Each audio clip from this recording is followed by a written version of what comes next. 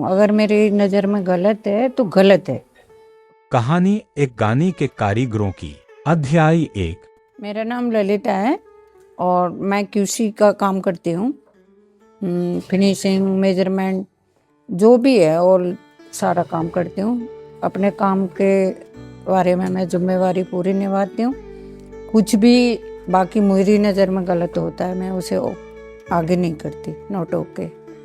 और अनुभव मेरे को कम से कम 20-25 साल का अनुभव है।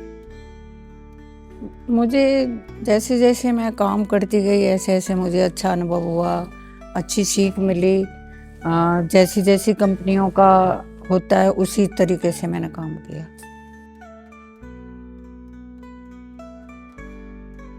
तो अपना अभी एक्सपीरियंस है उसी तरीके से आगे बढ़ती गई हूँ और अपने अनुभव के अनुसार जोश से करती हूँ, कोई कमी नहीं।